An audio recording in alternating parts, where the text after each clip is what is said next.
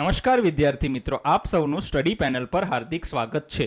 આજના આ વિડીયોમાં આપણે પ્રકરણ 1 ગણિત પ્રકાશ ધોરણ 6 નું પેટર્ન ગણિતમાં જે પેટર્ન છે તેનું સ્વાધ્યાય 2 વિચારો અને શોધો પાના નંબર 2 ઉપર જે આપેલા પ્રશ્નો છે તેની ચર્ચા કરીશું। ચાલો તો જોઈએ। હવે જુઓ વિદ્યાર્થી મિત્રો, અહીંયા આપણને પ્રશ્ન આપેલા છે। સૌથી પહેલા વિચારો અને શોધો। શું તમે કોષ્ટક 1 ની દરેક શ્રેણીમાં પેટર્ન ઓળખી શકો છો? હા, આપણે સમજી લીધી કે કોષ્ટક 1 ની અંદર કઈ કઈ પેટર્ન આપેલી છે। હવે એના માટે તમે અહીંયા વિડીયો જોઈ શકો છો। જો તમે એનો વિડીયો ન જોયો હોય તો અહીંયા લિંક આવશે, એ લિંક ઉપર ક્લિક કરીને તમે એ વિડીયો જોઈ શકો છો। હવે આપણને શું કીધું છે? તમારી નોટબુકમાં કોષ્ટક 1 ની દરેક શ્રેણીને તે શ્રેણીમાં આવતી પછીની 3 સંખ્યાઓની સાથે ફરીથી લખો। દરેક શ્રેણી પછી તમારા પોતાના શબ્દમાં લખો કે શ્રેણીમાં સંખ્યાઓ બનાવવા માટેનો નિયમ શું છે। જો ખાસ અગત્યનું છે, હવે જ દાખલા ચાલુ થયા છે। ચાલો હવે આપણે સંખ્યાઓની શ્રેણી જે છે તેના જવાબો લખવાના છે। સૌથી પહેલું જો આમાં તો કંઈ છે જ નહીં, શું લખવાનું છે? 1 1 1 મતલબ દર વખતે શું કરીએ છીએ આપણે? 1 નું પુનરાવર્તન, આ નિયમ છે, બરાબર છે। પછી જુઓ તો કે આ શું છે? તો કે 1 2 3 4 5 6 7, તો અહીંયા આવશે 8 9 અને પછી બાજુમાં મૂકી દઈશું આપણે 10। આ શું છે? તો કે ગણતરીની સંખ્યાઓ।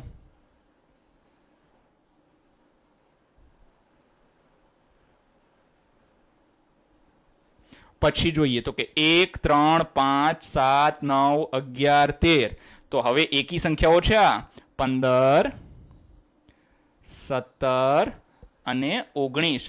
આને એકી અથવા તો અયુગ્મ સંખ્યાઓ કહેવાય છે। હવે આગળ જોઈએ આપણે।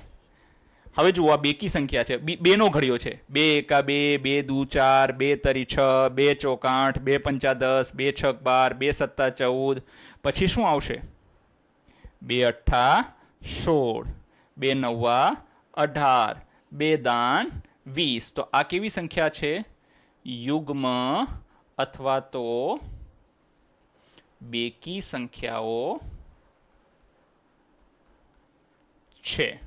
ચાલો હવે આપણે આગળ જોઈએ તો કે આ કઈ સંખ્યાઓ છે? તો કે આ ત્રિકોણીય સંખ્યાઓ છે। કેમ? જો આની અહીંથી અહીંયા જવામાં +2 કર્યા આપણે, પછી 2 થી 6 ક્યારે આવે? તો કે એમાં +3 કરીશું। તો પછી 6 થી 10 ક્યારે આવે? તો કે એની અંદર +4 કરીએ તો પછી તો કે 10 ની અંદર +5 કરીએ તો 15 આવે, પછી 15 ની અંદર +6 કરીએ ને તો 21 આવે, પછી 21 ની અંદર +7 કરીએ ને તો 28 આવે। હવે અહીંથી અહીંયા જવામાં +8 કરવાના થશે, અને +8 કરો એટલે જવાબ શું આવશે?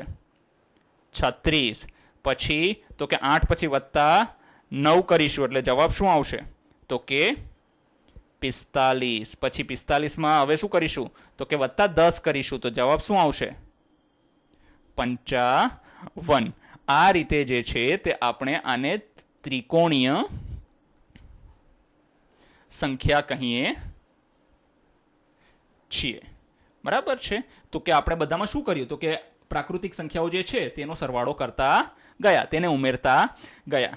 હવે જુઓ એના પછીની જે સંખ્યા આપણને આપી છે એ સંખ્યા શું આપી છે? તો કે જો 1 4 9 16 25 36, તો કે જો આ છે ને વર્ગ સંખ્યા છે। કઈ સંખ્યા છે? ચોરસ સંખ્યાઓ જેને આપણે કહેવાય ને, તો વર્ગ સંખ્યા છે। તો હવે જે આ વર્ગ સંખ્યા છે એને કઈ રીતે અમલમાં આવી છે એને જો વ્યવસ્થિત રીતે આપણે સમજીશું ને તો આપણને મજા આવશે। આને ચોરસ સંખ્યાઓ તરીકે પણ ઓળખવામાં આવે છે। કઈ રીતે? તો કે આ 1 નો વર્ગ છે, 1 ગુણ્યા 1, અહીંયા 1 આવશે। પછી આ બીજી સંખ્યા છે 2 ગુણ્યા 2, ત્રીજી સંખ્યા છે 3 ગુણ્યા 3, ચોથી સંખ્યા છે 4 ગુણ્યા 4, પાંચમી સંખ્યા છે 5 ગુણ્યા 5, છઠ્ઠી સંખ્યા છે 6 ગુણ્યા 6, સાતમી સંખ્યા છે 7 ગુણ્યા 7, તો આઠમી સંખ્યા થશે 8 ગુણ્યા 8 એટલે થઈ જશે 64। નવમી સંખ્યા થશે 9 ગુણ્યા 9 એટલે જવાબ આવશે 81। પછી 10મી સંખ્યા થશે 10 ગુણ્યા 10 એટલે જવાબ આવશે 100। તો આને ચોરસ સંખ્યા અથવા તો વર્ગ સંખ્યા કહેવાય છે. ઠીક છે. હવે આવે છે ઘન સંખ્યાઓ. તો કે ઘન સંખ્યાઓની અંદર શું છે?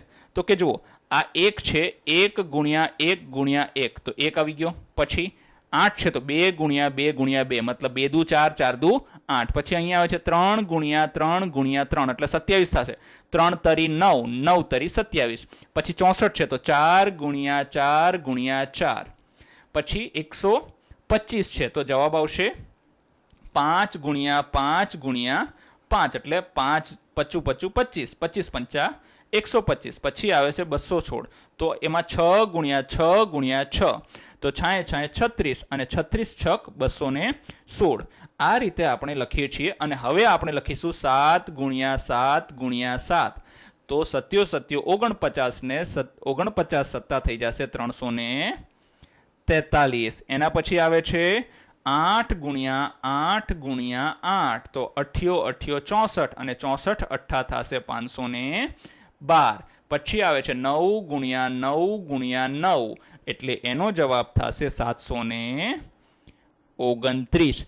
આ રીતે કહેવાય કે આ ઘન સંખ્યાઓ છે. બરાબર છે. આપણે ઘન કર્યો. બરાબર છે. અહીંયા 7નો ઘન છે, આ 9નો ઘન છે, આ 8નો ઘન છે, આ 6નો ઘન છે, આ 5નો ઘન છે. આ વર્ગ સંખ્યાઓ હતી ને આ ઘન સંખ્યાઓ છે. હવે જોઈએ આપણે 1 2 3. આ જે છે તે વિરાહંકા સંખ્યા છે. કઈ છે વિરાહંકા સંખ્યાનો આપણે સરસ મજાનો વિડીયો પણ જોયો. તમે ના જોયો હોય તો આગળનો વિડીયો જરૂરથી જોઈ લેજો. આની અંદર શું કરીએ છીએ? તો કે આપણે આ બંને સંખ્યાઓનો સરવાળો કરીએ ને આ મળે. પછી આ બંનેનો સરવાળો કરીએ તો આ મળે.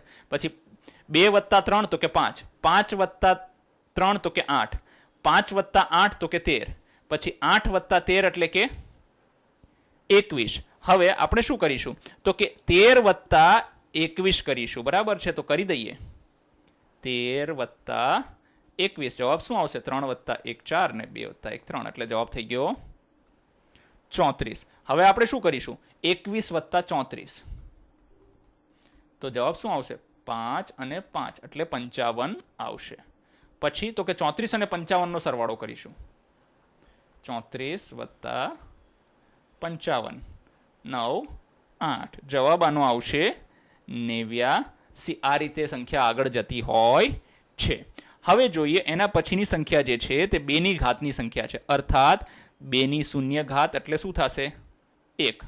પછી 2ની 2 ઘાત, જો કે ગુણાકાર 2 જ કરી નાખીએ. ગુણ્યા 2, ગુણ્યા 2 એટલે 4, 4 દુ 8, 8 દુ 16, 16 દુ 32, 32 દુ 64, 64 દુ થઈ જશે 128, 128 ગુણ્યા 2 કરશો એટલે થશે 256, 256 ગુણ્યા 2 કરશો એટલે 512, અને 512 ગુણ્યા 2 તમે કરશો એટલે 1024 જવાબ આવશે.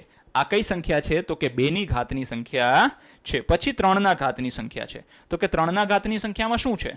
તો કે તમે ધ્યાનથી જોશો ને તો આની અંદર આપણે શું કરીશું ખબર છે? 1 ગુણ્યા 1 ગુણ્યા 1, તો જવાબ શું આવ્યો? બરાબર છે. હકીકતમાં 1 ગુણ્યા 1 નહીં, અહીંયા તો છે ને 3ની ઘાત આપણે લેવાની જરૂર પડશે. ચલો 3ની ઘાત લઈ લઈએ. તો કે 3ની શૂન્ય ઘાત એટલે શું? મેં તમને આની પહેલાં પણ કહેલું કે કોઈ પણ સંખ્યાની શૂન્ય ઘાત હોય તો જવાબ 1 જ આવશે. 2ની શૂન્ય ઘાત હોય તો પણ 1 આવશે, 3ની શૂન્ય ઘાત હોય તો પણ 1 આવશે, અને 1000ની શૂન્ય ઘાત હોય તો પણ 1 જ જવાબ આવશે. હવે આવે છે 3ની 1 ઘાત, તો જવાબ આવશે 3. પછી આ શું છે? તો કે 3 ગુણ્યા 3, અર્થાત 3ની 2 ઘાત, તો જવાબ આવશે 9. હવે અહીંયા જુઓ, તો કે 3 ગુણ્યા 3 ગુણ્યા 3, તો જવાબ 3ની 3 ઘાત, અને આવશે 3 ગુણ્યા 3 ગુણ્યા 3 એટલે જવાબ થશે 27. પછી 3ની 4 ઘાત, તો જવાબ થશે 81.